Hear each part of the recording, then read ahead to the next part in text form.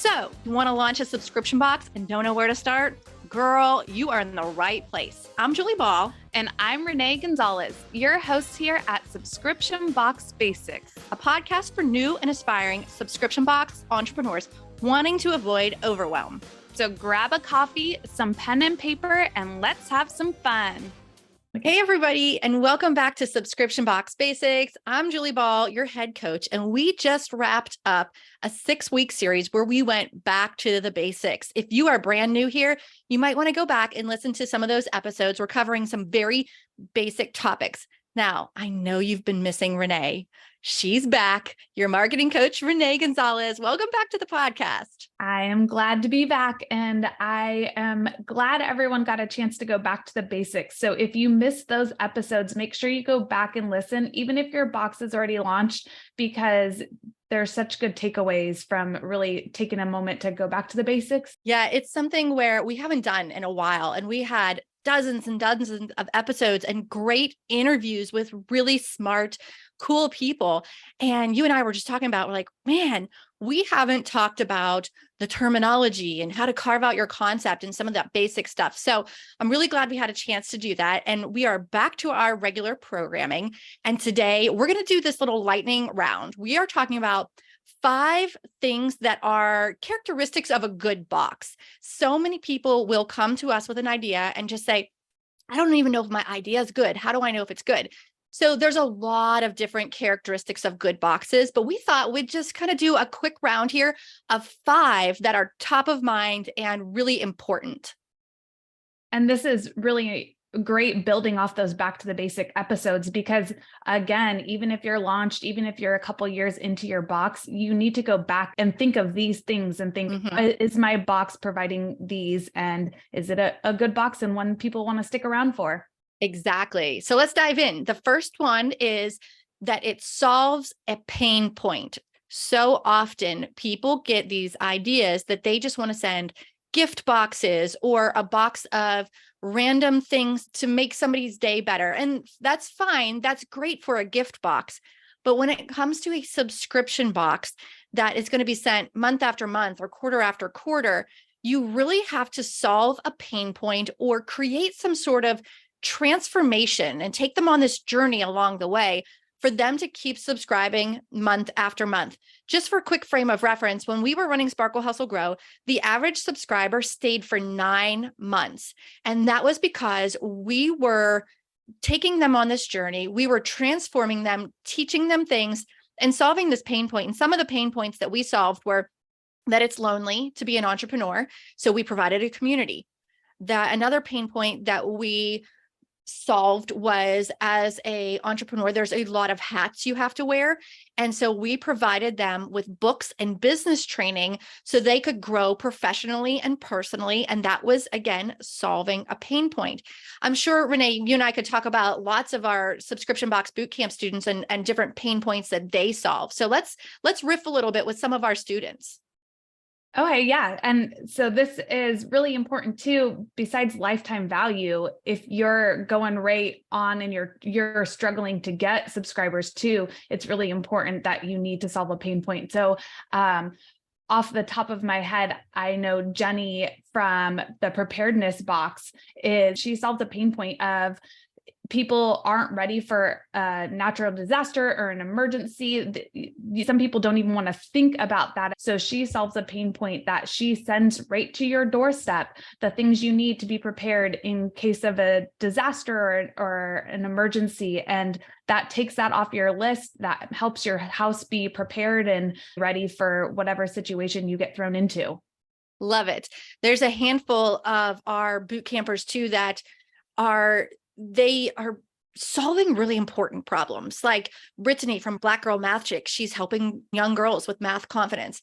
There's the Resilient Nurse Box that helps nurses push through and take care of themselves. What's that thing they say on the airplane?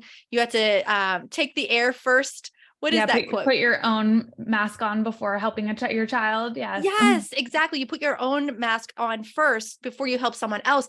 Same thing with that Resilient Nurse Box. We've got the eczema sample box where if you have eczema, you probably have spent a lot of money buying full size products, trying to figure out what's going to work for you.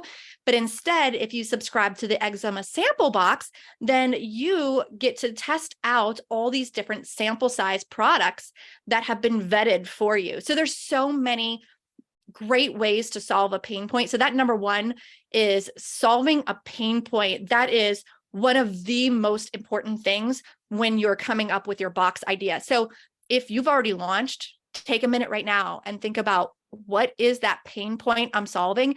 How am I doing it? How am I transforming their lives for the better?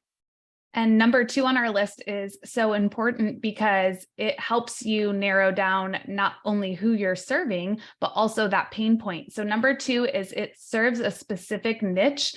And this is really important to understand who your target audience is and who you're actually serving. So if you know who you're serving, then you're able to better solve number one and really figure out what their pain points are, but really narrow down. I mean, and Julie and myself have talked about so many of our students, each one of them has a specific audience and each one of them serves a specific niche. So really make sure you're not sending a box that everyone can relate to, because then no one might relate to it. You really need something where it's arrives at a doorstep and it feels like it's sent and curated just for them. Yes, I have so many thoughts on this. I hope I remember them all. So one, there's an Aesop's fable. I talk about this all the time. Aesop's fables are those stories, those like traditional folklore stories that have a moral at the end. And there's this one where the moral of the story is, please all and you'll please none. And I always think about that because it's so true. And I've had people say to me, I don't want to leave anybody out. I want to be inclusive. I get that. I 100% get that. But that's not how marketing your subscription box is going to be most successful. There are going to be outliers of your target audience, and that's fine. They're welcome. Include them. They may get some value out of your box as well. But if you hone in really closely on who that target audience is, and when we say, serve a specific niche, that's not just, oh, I serve women in the United States. Okay, well, what's unique about that audience? Are they moms? Maybe they are a certain age group. Maybe they have a certain hobby. Maybe they have a certain illness or challenge that they're seeking answers to. So really think about niching down, and don't think about it as if you're trying to include everyone. You can still be inclusive, but you need to think about who's that specific person. And in some of our training, Renee, I know we did this when we ran Sparkle Hustle Grow. We created that customer avatar. And what that is we think about one person. Who is that one person that you're trying to reach? Give them a name, then write a story about them. So where do they shop? Where do they live? Are they married? What keeps them up at night? What magazines do they read? What apps do they use? Things like that. Really, really, really get to know them. And then as you're creating your marketing, you can talk to that specific person.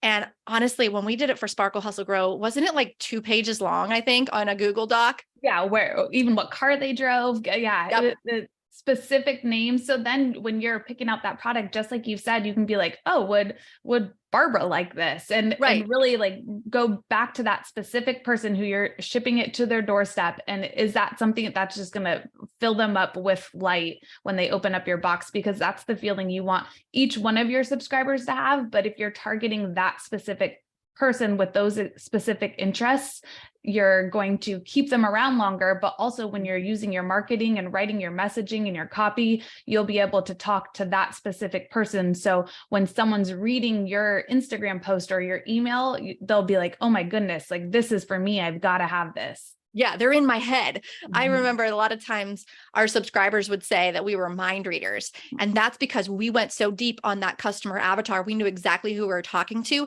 And with the combination of these first two characteristics that we've talked about, that solving the pain point and serving a specific niche, when they get to your website, they need to think immediately, this was made for me.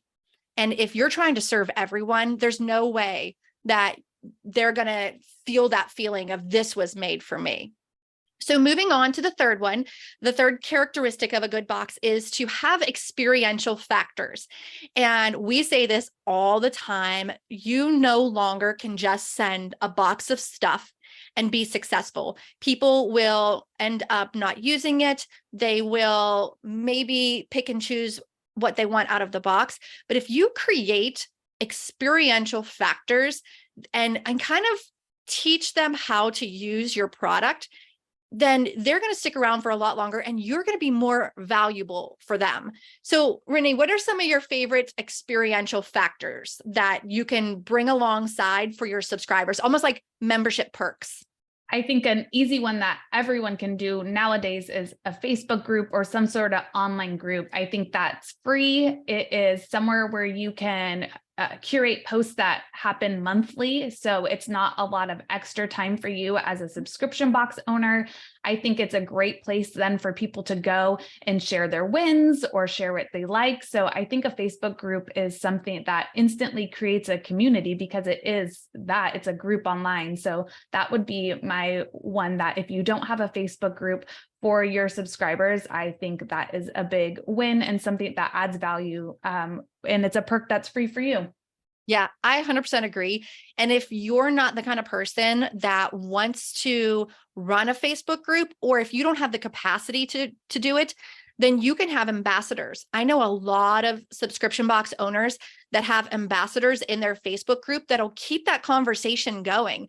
And you can pay a ambassador with a free box, or, behind the scenes Zoom calls with the owner, once a quarter or once a month or whatever. It's a lot easier than what you think. And we at Sparkle Hustle Grow, when we were running it, we did have our month planned out as a 30-day month. We knew on the 1st of every month, this type of post was going out, on the 15th, on the 30th, and then in between.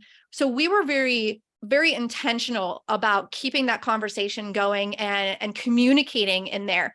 So some other experiential factors that we have used in the past, and I see a lot of other box owners use, are digital downloads, videos. Maybe that's a training video. Maybe you've recorded a Zoom call with a guest expert, or maybe how about PDFs, like planners, recipes, what else? Playlists. Renee is like the queen of playlists. And taking them also on some sort of gamification. Yes. I know we've had a past episode. If you go back and listen, it was when we were live at Sub Summit. We talk about gamification, adding that fun game element that also takes them on a journey is something that is such a good thing. It could be in the form of a challenge or some sort of scavenger hunt list where there's certain to-dos that they have to do throughout the month. So adding more than just sending a box to their door, adding more that they want to, again, keep coming back to you and learning from you and going on this journey with you as a community is something that really adds value to your box and makes it a box that people want to subscribe to. You're so right. It takes them on this journey, and throughout that journey, they're going to grow, they're going to learn, they're going to feel surprised, delighted, and feel the value of your subscription box. But you're also teaching them. You're teaching them how to use the products. You're encouraging them to actually take items out, use them. And again, that's just another way to provide value. But the best part is 99% of these experiential factors are free. Like, you don't have to pay for that stuff. Like you said, the Facebook group, digital downloads, Spotify playlists, like that stuff you can create for free. It just takes time. And rather than becoming part of a monthly or quarterly part of their life, you're becoming a daily part of their life. Yeah. So it's almost like you're sending them these things to help them, but you also become part of their routine. So they're going to jump into the Facebook group, or they're going to use that product because they're so used to it, doing it daily. And then they want to keep doing it monthly or yearly. And they become big fans of you because you're helping them grow, but they also help your business grow too. Mm-hmm. So that is number 3. It has an experiential factor. So moving right on to number 4, and this one is important, but still needs to be said. You're not sending junk. You're sending them stuff that is higher quality and are able to stand the test of time because it's a good product and it's thoughtfully curated. So it's not just a bunch of stuff that is useful for them that you throw together. There's a theme behind it possibly, or a color scheme. They open it and it looks like it was all meant to be put together because there's time behind putting it together. Agree. It's really, you're curating this box. You're not just dumping a bunch of junk in there. So be really thoughtful when you're choosing your products. I know you said, they need to be high quality. Some people really struggle with finding the high quality deals, but I encourage you to just ask for more discounts. Find where there's closeout deals. Work with your vendors and create really good relationships so that when they do have a good deal or a closeout, for example, they know they can come to you and you are ready and willing to move on those products. I've said this before, but if you put a bunch of dollar store items in there, they're going to know because they shop the dollar store too. And that's not why they subscribe to this box. They're coming to you to help solve this pain point. And so if you thoughtfully curate the box where when they open it, it's cohesive, they complement each other, it works well together, then you're going to have a longer lifetime value. People are going to stick around and they're going to tell all their friends about it because it's so amazing. So I 100% agree that, when you're curating your box, you don't want to put a bunch of junk in there. Make sure you get samples so that you can test things out. You don't want to send something that breaks easily. You don't want to send something that feels or looks cheap. And when you get samples sent to you too, not only can you get your hands on that product, but you're also able to see if it fits in your actual box with everything. So I know, Julie, that's a big thing. You would always put everything in there. Like, does this fit? How will I pack this? And you are able to do it with one of everything if you have samples, rather than having 500 sent to your house or to your warehouse and being like, oh my goodness, these aren't all going to fit. I have to pivot. So samples are so huge. And another thing I was going to say on this before we move on too, is if you do the work and really take the time to make sure what you're putting in there is curated and higher quality and it won't just break, then you're helping yourself on the back end too, because you're eliminating some customer service where you get all these emails like, oh, my so-and-so didn't work, or this broke right away. So it might take a little time and money up front, but in the back end, it's going to save you time and money because you don't have to deal with as many complaints and customer service issues. Yeah. And then just a few tips with perceived value, because perceived value is really important. When someone opens the box, they're going to have this kind of built-in perception of like, oh, this looks like it costs a lot, or, oh, what a piece of junk.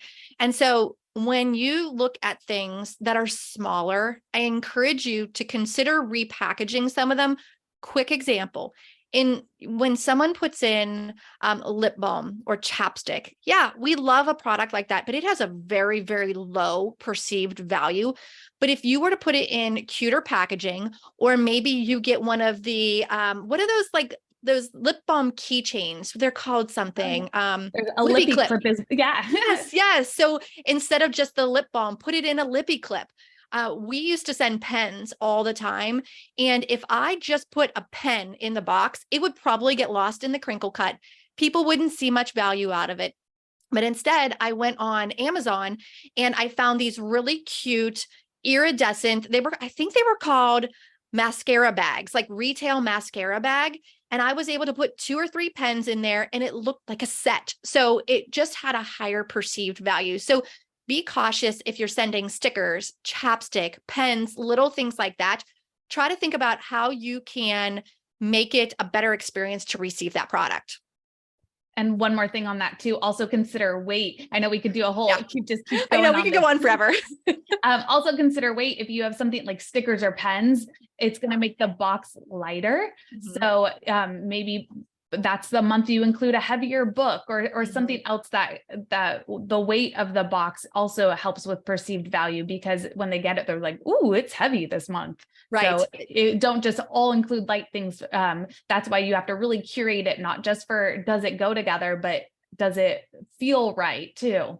I agree. As silly as that sounds, when someone picks up that box, I can't tell you how many times we've had subscribers doing like a Instagram story or a Facebook Live, and they pick up the box, and if it feels heavy, they're like, "Ooh, it's heavy. I can't wait to see what's in it." So it didn't impact our shipping rate, our postage at all, because we used USPS cubic rate shipping, which meant that it could be, I think it's up to 20 pounds without it changing. And our little 6x9x3 boxes never weighed more than, I think, 3.5 pounds. So it didn't impact it. So anyhow, let's continue on. This is our last one for today's lightning fast episode, where we're talking about characteristics of a good box. The last one is that it needs to be sustainable over time. And the reason that's important is because you are trying to send recurring shipments. It's one thing if you're selling a one-time box. They get what they ordered, they use the product, and they move on with their life. But with a subscription box, you're trying to send things to them month over month over month. And so you want to make sure that it's sustainable over time and takes them on a journey. And I'm going to tell you the really quick story. When I was running my box business, one of our categories was paper products. And my husband looked at me, he's like, "How in the world are you going to send a paper product for, 12 months and then still have new paper products for the next year?" And so what I explained to him was, okay, let's talk about how many different paper products female entrepreneurs use. So we would have notebooks, we would have magnet notepads, we would have journals, we would have Post-it notes, we would have all kinds of different types of paper products. Maybe the Post-it note was a rectangle this month, but in 6 months we did a circular one. So think about the things that you're putting in the box. Are they going to use them? Teach them how to use them so that they do need more. So if you're a replenishment subscription box, for example, like All Girl Shave Club, you want to make sure your customers using that shave butter and those razors. So when your next shipment comes in 2 months, you need them and it's conveniently shows up. So I know, Renee, you do the marketing side of things, and that's so important to communicate with your customers about that journey and using them. So what are some of those things? Obviously email marketing is one way to do it. Just staying in front of them and really, like you said, sending them those reminders, making it a challenge, using All Girl Shave Club, for an example. If you're challenging them to, have you used your shave butter, or try sending them a sample pack and getting them to use each one of them, really incorporating ways that you're going to take them on that journey goes right back to them wanting to stick around, because ultimately you created your box probably to solve a pain point, but something that makes you want to do a reoccurring subscription is because there's money in it time after time. Your lifetime value of your customer is better if they're a subscription box. So really go back to, this is a business. You want to be able to be making money time after time. So how are you going to keep them around? So it really is more beneficial for you to pour into those customers that you already have, because in the long run, they are going to make you more money for your business. Jess had just done that. Jess from All Girl Shave Club. She had just done that recently too. She's got a whole bunch of different shave butter scents, super cute ones. Like I think it's like Beach Babe and Flirty Mermaid. And, she's got unscented, and she regularly sends emails and does social media posts that highlight the different scents.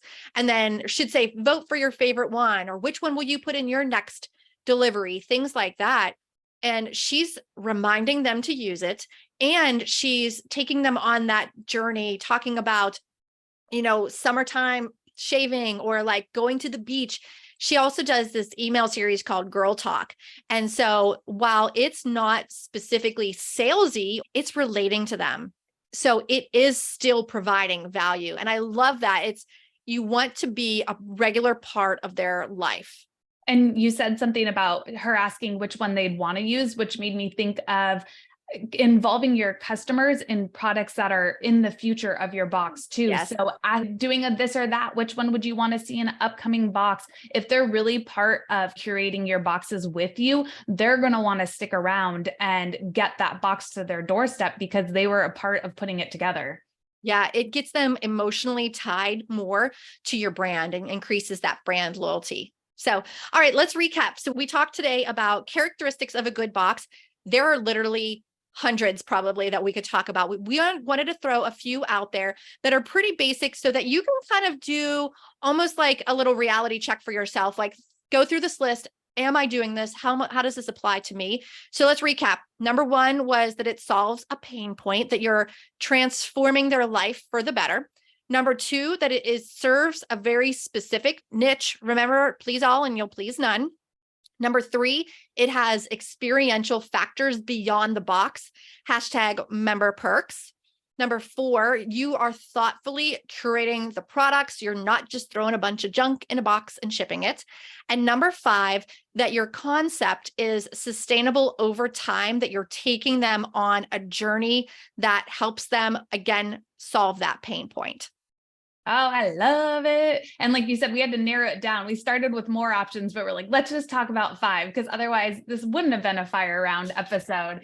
I think it's really important to remember too, that if you're just launching or you've already launched or you're stuck at a plateau, if you go back to these and you go back to the basics 2.0 with this episode and really see how you can improve on these concepts and see if you're doing all of them, it's going to help you get to the next level and not stay at your plateau. Because chances are, if you're stuck, it's one of these things that you're not providing or could provide a little better. Yeah. Man, you guys need to stick around because this fall we have so many good episodes coming up, a ton of interviews with boot campers, with box besties, with vendors and branding specialists and financial coaches. There's just so much good stuff coming down the pipeline. We want to just thank you for listening. If you found value in this podcast, please take a minute to rate and review us. It helps us get found and discovered by other people just like you that are new and aspiring subscription box business owners. And we just love to talk shop. So thanks for joining us today, and we'll see you in the next episode. Bye. Bye.